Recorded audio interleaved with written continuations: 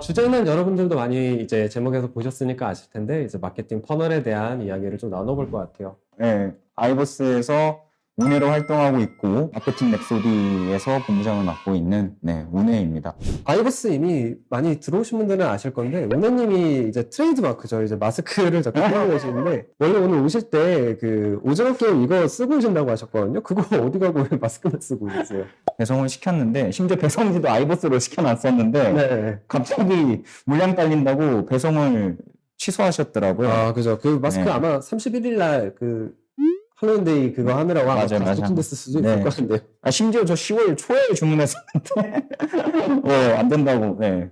일단 뭐 오늘 들어오신 분들이 이제 대행사에 계신 분들도 있을 거고 뭐 인하우스에서 계신 분들도 있을 거고 어쨌든 마케팅을 하시는 분들이 이제 굉장히 많이 왔을 건데요. 뭐 에이전시에 대한 경력보다는 인하우스에서 굉장히 많이 계셨잖아요. 인하우스와 그냥 일반적 에이전시 마케터 어떤 쪽에 조금 더 메리트가 있다고 보시나요? 글쎄요. 이게 메리트가 있다기보다는 성향 차이거나 약간 이런 부분에 가깝다라고 생각을 해요. 그림으로 돌아와서 비유를 해보면은 인하우스에 계신 분들은 큰 그림을 그리는 거지만 에이전시에 계신 분들은 색을 칠한다고 저는 생각을 해요. 색을 정말 잘 칠해주시는 분들 결국에는 어쨌든 색을 칠해야 그림이 완성이 되잖아요. 명암도 넣고 뭐 배경도 넣고 이래야 되니까 물론 A 같은 경우에는 여러 업체들을 경험을 해보다 보니까 인사이트는 깊지는 못해도 인사이트의 그 범위는 굉장히 넓지 않을까라고 생각을 합니다. 그래서 전연차에 계신 분들은 오히려 둘 중에 어떤 것을 가야 할까 고민을 하실 때 나는 어떤 성향이 맞을 것인가를 먼저 고민을 해보시는 게 나을 것 같아요. 네.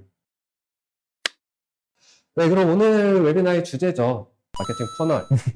아마 저희 아이버스 사이트에 많이 들어오신 분들은 문혜님이 마케팅 퍼널이라는 글을 작성하신 걸 아실 거예요.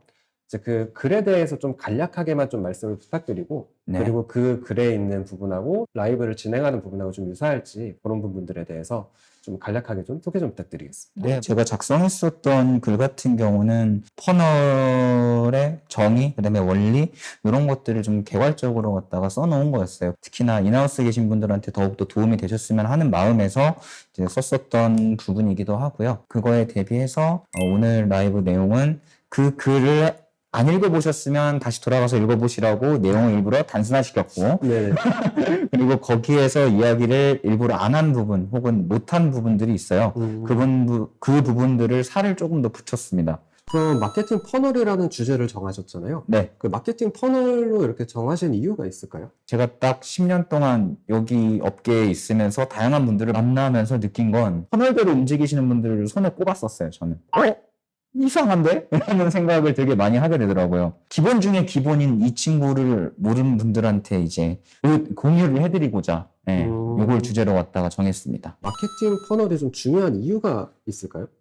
일전에 인터뷰 했을 때 제가 그냥 한 내용 그대로 홍보 영상을 쓰셨는데 보신 분들도 아마 있을 거예요. 아마 보신 분들도 있으시겠죠. 네. 거기에 이제 나왔던 이야기가 수학 공부를 할 때 고등학교 때 제일 먼저 샀었던 책이 수학의 정석이었어요.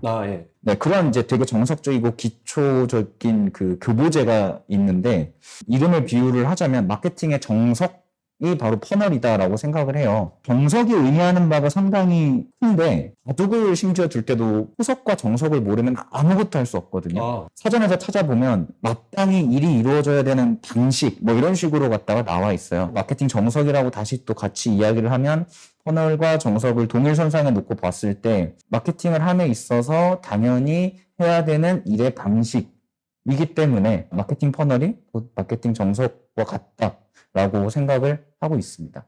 그 마케팅 퍼널을 정의한다라고 하면은 좀 어떤 얘기로 좀 정의를 해볼 수가 있을까요? 정의. 저는 진짜 이거 고민을 되게 오랫동안 많이 했었어요. 이 정의에 대해서. 진짜 많이 했었는데 정의를 굳이 하자면은 커뮤니케이션이랑 같은 이치라고 저는 생각을 해요. 소개팅으로 갖다 이거 준비를 해왔는데 우리 주선자한테 소개팅이 들어오죠. 들어오면 제일 먼저 사진 달라 그래서 사진 맞다. 사진부터 봤죠. 네. 그 다음에 사진 보고 결정을 합니다. 쿨 아니면 아니야라고 하거나 그 다음에 번호를 받겠죠. 바로 뭐 합니까? 재빠르게 카카오톡 들어가서 프로필 사진. 저는 이전에 하는 게 있어요. 이전에 제 프사 지워요. 프사 먼저 훔쳐보고, 그렇군 하고, 카톡을 보내겠죠. 친해지고 뭐 하면서 만납니다. 네. 네. 네. 처음 만나서 뭐 또 이 얘기 저 얘기 이 얘기 저 얘기 막 해요. 그러다가 안 괜찮으면은 이제 다시 안 만나는 거고, 그 다음에 이제 2차 한 번 더 만나고, 네, 또 만나고, 이렇게 해가지고 만나고 나면 연애 결국에는 하게 되잖아요. 목적은 뭐죠? 완벽하게 연애 시작입니다. 이 일련의 과정들이 이 소개팅 그대로 마케팅으로 갖다가 얹어볼게요. 바로 이 퍼널 모양이 있습니다. 저 연애 구조를 지금 퍼널화 시켰을 네, 때 맞아요. 구조? 네. 근데 이게 완벽하게 맞아요, 지금. 완벽하다고요, 되게? 보통 이렇게 만나지 않나? 네, 저는 이렇게 결혼했습니다.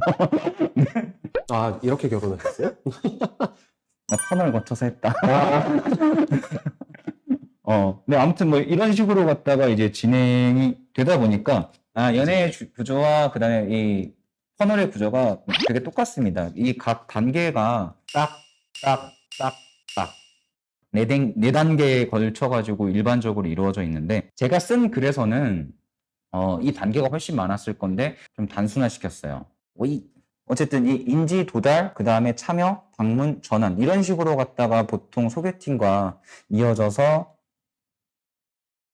이제 혹시 보시면 된다. 고로, 퍼널은 커뮤니케이션과 거의 유사하게 생각을 해주시면 된다고 저는 정의를 나름 내려봤어요. 저기 보시면 지금 화면에서 인지, 도달, 참여, 이 부분을 하나 떼서 소퍼널 시키는 거예요. 조금 더 디테일하게 들어가면 되는 거거든요. 예를 한번 잡은 거예요. 네. 인지와 도달 단계에서도 거쳐야 되는 퍼널 단계를 추가로 지금 3단계로 갔다가 예시로 찍은 겁니다. 먼저 브랜드명을 어떻게 정할까 혹은 뭐 어떻게 알릴까를 고민을 하고 이걸 산정을 하겠죠. 자, 그리고 나서 이제 톤 앤 매너를 어떻게 잡을까 이런 식으로 갔다가 고민을 하고 어떻게 해야 될까 조금씩 구체화되는 겁니다. 그리고 결국에는 인지를 제대로 시키려면 고객의 머릿속에 우리가 전달하려고 하는 키워드 꽉 박히는 게 인지의 최종 목표거든요. 그렇기 때문에 인지에서 무엇을 해야 할지 모르겠다. 이 단계에서 무엇을 해야 될지 모르겠다면 이 단계조차도 소퍼널화 시키는 게 우선이다라고 저는 말씀을 드리고 싶어요.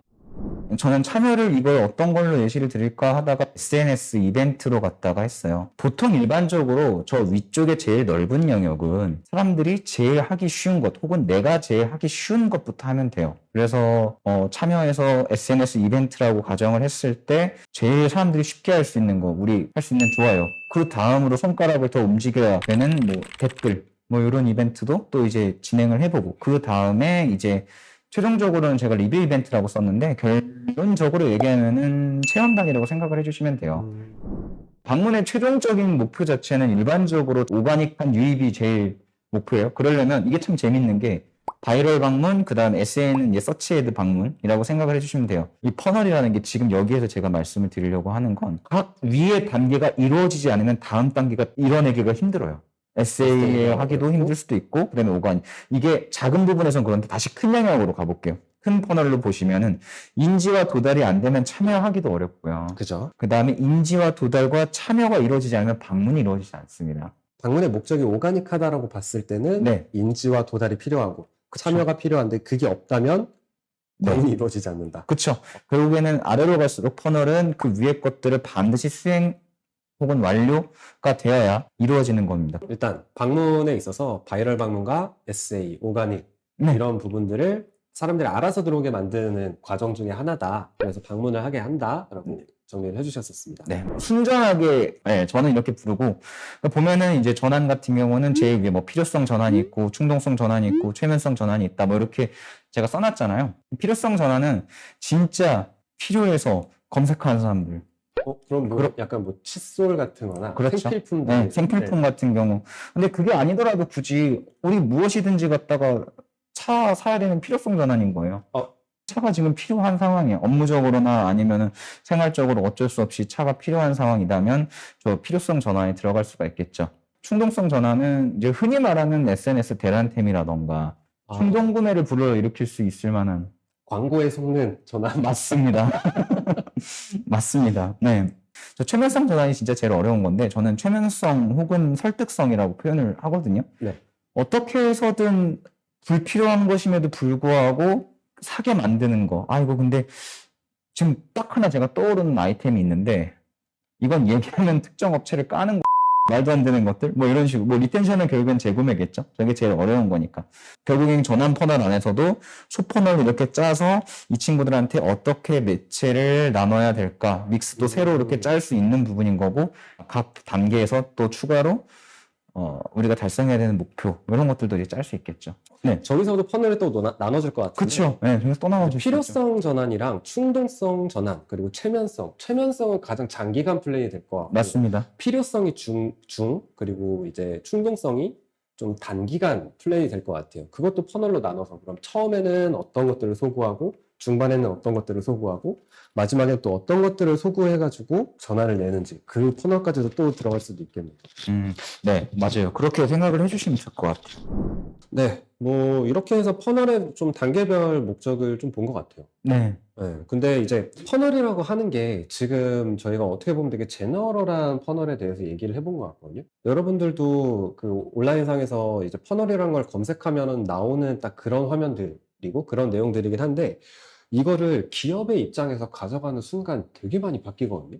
그래서 좀 기업에 맞도록 퍼널을 만드는 것이 좀 어렵다라고 하시는 분들이 굉장히 많아요. 왜냐하면 자기 상품이나 이런 것들이 소비자한테 어떻게 다가가는지 모르니까.